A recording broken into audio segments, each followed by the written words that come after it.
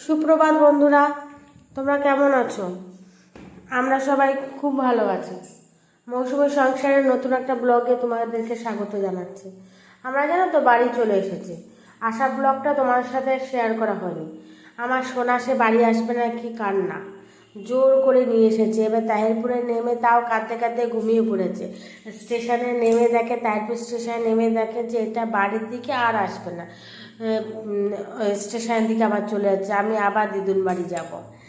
চল, ঠাকুর আছে, চল, আর পরে যাবো। আসবেই না, সে কি কান্না। তারপর লজেন টজেন দিয়ে ভুলিয়ে টুলিয়ে তারপরে আর বাড়ি এনেছি। অনেক দিন পরে কাজ করছি তো, কাজ করার এনার্জিটাও একটু কমে গেছে। আমারও আসতে ইচ্ছা করছিল না, কিন্তু আসতে তো হবেই না। দেখো আমার বেগুন গাছ, যে বেগুন গাছটা কি ভালো হয়েছে। এসে দেখি একটা বেগুন বড় হয়ে গেছে। তা শাশুড়িমা বললেন যে বেগুনটা তুলে নাও, যদি পেকে যায়। মানে গাছের জিনিস তো, একটু কচি থাকতে খাওয়া ভালো। এই প্রথম হয়েছে, আগেও হয়েছিল, কিন্তু সেই বেগুনটা না পোকায় কেটে দিয়েছিল। তাই একটা ছোট থাকতে খেয়ে নিয়েছি, ঠিক একটা বুঝতে পারিনি সে, মানে একটু অন্যরকম একটু। কিন্তু এই বেগুনটা বেশ বড় হয়েছে। তেমন থাক, কচি থাকতেই কেটে নিই। কতটা বড় হবে তাও জানি না তো। এটা কাটলে পরে বোঝা যাবে যে বেগুনগুলো কীরকম পারফেক্ট সাইজ কোনটা। আমরা ওই বাড়ি থেকে বেরিয়েছি ধরো 5:30, আর এখানে পৌঁছে গেছি 9টা 9:30টার মধ্যে। তাও একটু দেরি হয়েছে। কত বড়, একটু দেরি হয়েছে আসতে। একটা ট্রেন মিস করে ফেলেছিলাম, মানে ট্রেনে উঠে পড়েছিলাম মহিলা কামরায়, সেখান থেকে নেমে আবার ট্রেনে উঠতে যাব। বাচ্চা নিয়ে তো রিস্ক নেইনি, খুব ভিড় ছিল পরের বগিটায়। বললাম থাক, ছেড়ে দাও, পরে ট্রেন আসলে উঠবো। ওর জন্য একটু দেরি হয়েছে, আধ ঘন্টা, নাহলে আরও আগে চলে আসতাম। একটু সময় নিয়ে হাতে বেরানো ভালো সবারই। আর যেহেতু বাচ্চা আছে, তাড়াহুড়ো করার কোনো দরকার। আমি 1 ঘন্টা পরে পৌঁছাবো বাড়িতে, তাতে তো কোনো অসুবিধা নেই, আমার খুব তাড়া নেই বাড়ির জন্য। তাই একটু দেরি হয়েছে, যাক, তাতে আমার কোনো অসুবিধা নেই। বাড়িতে তো দিদিভাই আছে, দিদিভাই সমস্ত রান্না বান্না করেছে, তো ওর জন্য অতটা তাড়াও ছিল না। আর তাড়া রেখে কী করবো, জীবন আগে, তারপরে বাকি কিছু। অনেকদিন পরে কাজ করছি তো একটু লেট হয়ে যাচ্ছে। আর যা গরম পড়েছে না, এই গরমে কিছু করতেই ইচ্ছা করছে না। মানে রান্নাঘরে আগুনের সামনে আসতে দেখলেই হয়তো কেমন একটা ফিল হচ্ছে। একটু আগুনের সামনে একটু রান্না করছি, গ্যাসের সামনে এসে আবার একটু ডাইনিংয়ে গিয়ে হাওয়া খাচ্ছি, এই করে করে রান্নাটা করছি।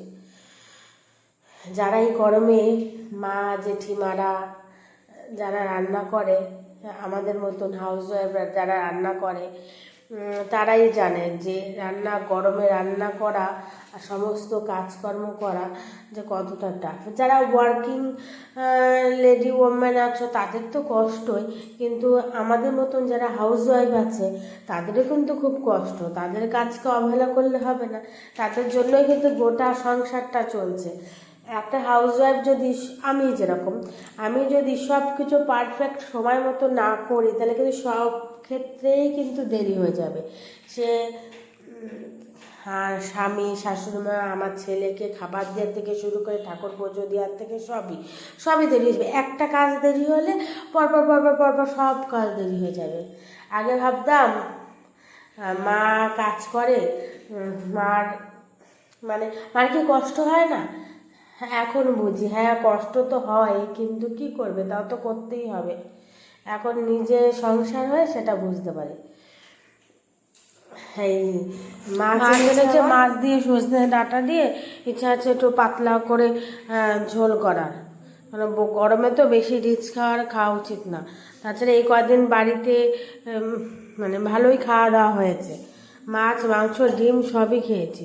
ওর জন্য ঠিক খাওয়ার এটাও নেই। আর মার হাতে রান্নার স্বাদটাই আলাদা। তাই ইচ্ছা আছে একটু হালকা পাতলা করে একটু ঝোল করা।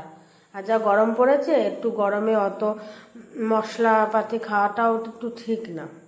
আর বিনা মশলা তেলে রান্না করলেও তো সেটা ভালো লাগে না, মুখে তো রুচবে না।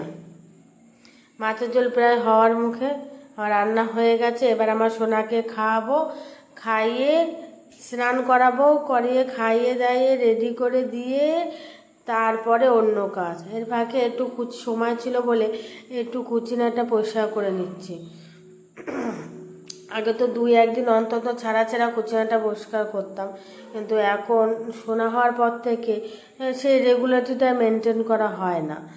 কেননা কুচিনা পরিষ্কার করতে গেলে বেশ খানিকটা সময় লাগে, কিন্তু আবার ভাবি এই সময়টা আমি যদি এখানে ব্যয় করি তাহলে আমার ছেলের আবার খাওয়াতে দেরি হয়ে যাবে, তাই সেই ভেবেই মাঝে মাঝে করা হয় না। কিন্তু একান্তই না করলে তো নয়, যেটা ব্যবহার করা উপযুক্ত সেটাকে তো পরিষ্কার করে রাখতেই হবে। হ্যাঁ, তাই যে তাহলে আজকে একটু সময় আছে, তাহলে একটু তাড়াতাড়ি করে যেমন তেমন করে একটু পরিষ্কারটা করে নিই। আর যা গরম করেছে না, এর মানে মানে রান্নাঘরে আসলে স্নান করে যাচ্ছে, তা কী করবো, করতে তো হবে। সেই গরম পড়েছে বললে তো আর পেটও শুনবে না, আর বাদবাকি কাজগুলোও শুনবে না, মহিলাদের কাজ করেই যেতে হবে। তাহলে না, করেই নি, করতে হবে যখন করেই নি। এবার সোনাকে প্রায় হয়ে গেছে, এবার সোনাকে খাওয়াবো, খাইয়ে দাইয়ে তারপরে আমি স্নান করে পুজোয় বসবো। আজকে মনে হয় পুজো দিতে অনেকটাই দেরি হয়ে যাবে। সকালে দিই, কিন্তু আজকে আর সময়টা হয়ে ওঠেনি দেওয়ার জন্য, একটু দেরি হয়ে গেছে। দেখা গেল সব কাজ করে লাস্টে দেবো, নাহলে আমার সোনার আবার সব কিছুতে দেরি হয়ে যাবে। চলে এসে ঠাকুরকে দেওয়া হলে আজকের মতো কাজ শেষ, সকালের মতো। আবার তো বিকেলের দিকে আছে। আমার ব্লগটা তোমাদের যদি ভালো লেগে থাকে প্লিজ আমার চ্যানেলটা সাবস্ক্রাইব করে দিও, লাইক করে দিও। টাটা বন্ধুরা।